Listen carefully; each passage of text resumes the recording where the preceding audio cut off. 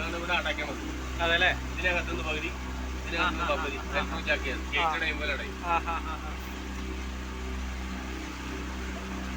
അവിടെ ഉണ്ടോ അങ്ങനെ? അവിടെ ഉണ്ട് അതുപോലെ. എമർജൻസി ബോട്ടൊക്കെ വരാൻ വിടാൻ വേണ്ടി എവിടെ വരുന്നു അവിടെ തുറന്ന് അകത്ത് കയറ്റി അടയ്ക്കും.